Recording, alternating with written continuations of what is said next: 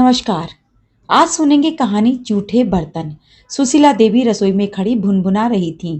Gas पर चाय का पानी उबल उबल कर आधा हो चुका था, लेकिन उनका ध्यान सिंक में पड़े जूठे बर्तनों के पहाड़ पर था। सुबह के 10 बज चुके थे और घर की हालत ऐसी थी जैसे किसी ने यहाँ जंग लड़ी हो। ये काम वाली शांति भी ना, इसे भी आज ही छुट्टी मारनी थी। पता है कि आज मेरी बेटी दिशा और दामाद जी दिल्ली से आ रहे हैं, फिर भी महारानी का कोई अता पता नहीं। झाड़ू पोछा तो दूर, रात के बर्तन तक ऐसे ही पड़े हैं, मुंह चिढ़ाते हुए। सुशीला देवी खुद से ही बातें करती हुई चाय की पत्ती डिब्बे में ढूंढ रही थी। उनका बेटा सुमित सुबह ही एक कप चाय गले से नीचे उतारकर दफ्तर के लिए भाग चुका था। सुमित की पत्नी काव्या अपने 5 महीने के बेटे रियांश को गोद में लिए बेडरूम में बैठी थी। रियांश ने कल रात भर काव्या को सोने नहीं दिया था। कभी पेट दर्द तो कभी दांत निकलने की वजह से मसूड़ों की खुजली। वह पूरी रात रोता रहा था। काव्या की आंखें लाल थीं, बाल बिखरे हुए थे और चेहरे पर गहरी थकान साफ झलक रही थी। वह जैसे ही रियांश को बिस्तर पर लिटाने की कोशिश करती, वह फिर से चीखने लगता था। इधर सुशीला देवी के पति दीनानाथ जी जब से रिटायर हुए थे, उनका स्वभाव बिल्कुल बदल गया था। उन्हें घर का हर काम घड़ी की सुई के हिसाब से चाहिए होता था। चाय में चीनी कम हो या अखबार अपनी जगह पर ना हो, दीनानाथ जी का पारा 7वें आसमान पर पहुंच जाता था। आज भी वो ड्राइंग रूम में बैठकर आवाजें लगा रहे थे। अरे सुशीला, ये मेरा चश्मा कहाँ है? और नाश्ते का क्या हुआ? 10 बज गए हैं, मेरे पेट में चूहे दौड़ रहे हैं। अरे आ रही हूँ, यहाँ मेरे 10 हाथ थोड़ी है। सुशीला देवी ने झुंझलाते हुए जवाब दिया। घर में बिखरा सामान, रोता हुआ पोता, काम वाली की ना आना और ऊपर से मेहमानों के आने की घबराहट सुशीला देवी का ब्लड प्रेशर बढ़ा रही थी। दामाद जी पहले ही बार इतने दिनों के लिए रुकने आ रहे थे। सुशीला देवी चाहती थी कि घर एकदम चकाचक रहे और खाने में 56 भोग सजे हों, लेकिन यहाँ तो दाल रोटी के लाले पड़े रहे थे। तभी दरवाजे की घंटी बजी। सुशीला देवी ने हड़बड़ाहट में अपने पल्लू से हाथ पोंछे और दरवाजा खोला। सामने दिशा और उसके पति विक्रम खड़े थे। दिशा के चेहरे पर मायके आने की वो चिर परिचित खुशी थी, जो हर शादीशुदा लड़की के चेहरे पर होती है। सरप्राइज माँ, हम थोड़ी जल्दी आ गए, दिशा ने चहकते हुए कहा और अपनी माँ के गले लग गई। विक्रम ने आगे बढ़कर सुशीला देवी के पैर छुए। खुश रहो बेटा, जीते रहो। सुशीला देवी ने आशीर्वाद तो दिया, लेकिन उनके चेहरे पर एक अजीब सी घबराहट और शर्मिंदगी थी। वो सोच रही थी दामाद जी इस बिखरे हुए घर को देखकर क्या सोचेंगे। दामाद जी की तेज नजरें घर के हालात भांप गईं। सोफे पर कपड़े बिखरे थे, मेज पर कल रात के पानी के गिलास रखे थे और रसोई से जूठे बर्तनों की गंध आ रही थी। अंदर कमरे से रियांश के रोने की आवाज लगातार आ रही थी। दिशा समझ गई कि आज माँ की सेना में कोई सैनिक नहीं है और सेनापति के पसीने छूट रहे हैं। अरे माँ, तुम परेशान क्यों लग रही हो? दिशा ने बैग एक तरफ रखते हुए पूछा। सुशीला देवी ने रुआसी आवाज में कहा, क्या बताऊं दिशा, आज ही इस काम वाली को गायब होना था। घर देख कैसा कबाड़ खाना बना हुआ है। काव्या का बच्चा रात भर रोता रहा है, वो बेचारी भी क्या करे, उसी में उलझी है। तुम्हारे पापा को नाश्ता चाहिए और मुझे समझ नहीं आ रहा कि मैं पहले क्या करूं।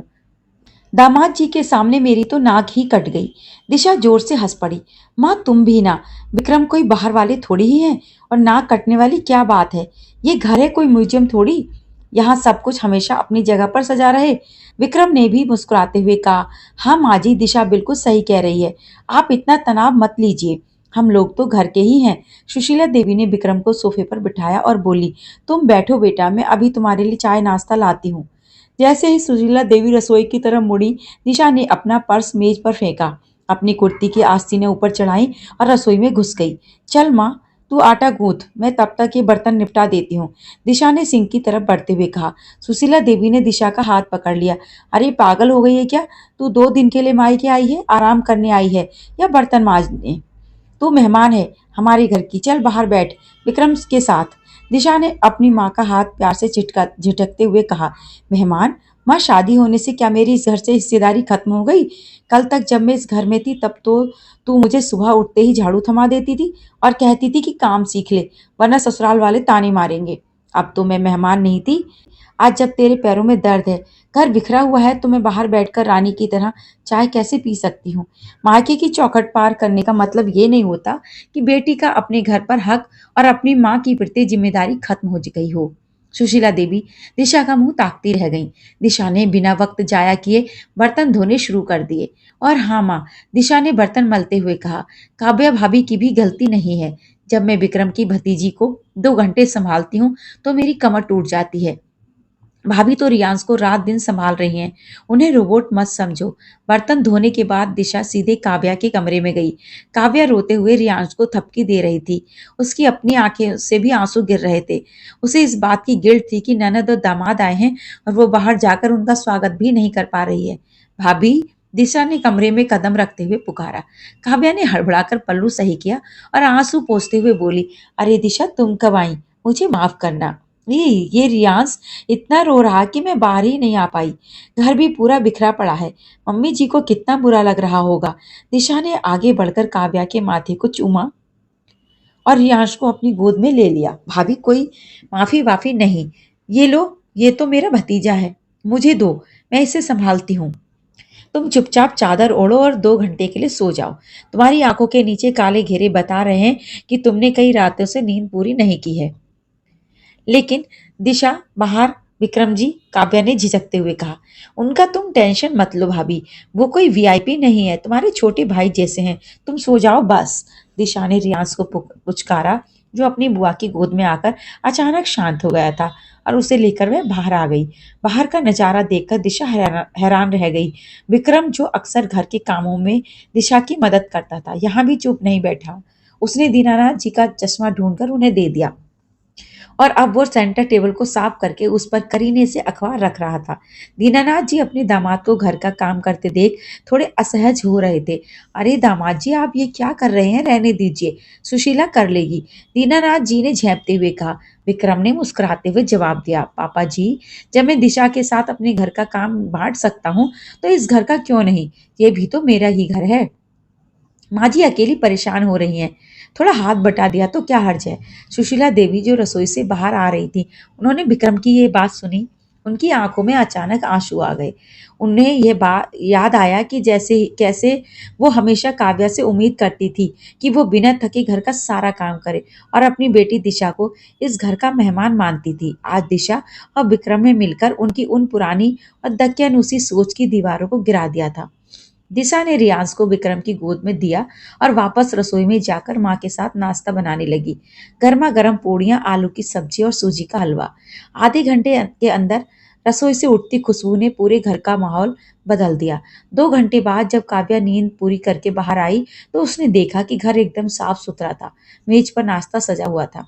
दीनानाथ जी अपने दामाद विक्रम के साथ बैठकर हंसते हुए पुरानी राजनीति की बातें कर रहे थे और विक्रम की गोद में रियांश मजे से खेल रहा था। सुशीला देवी और दिशा रसोई में चाय छान रही थी। काव्या की आंखों में पानी आ गया।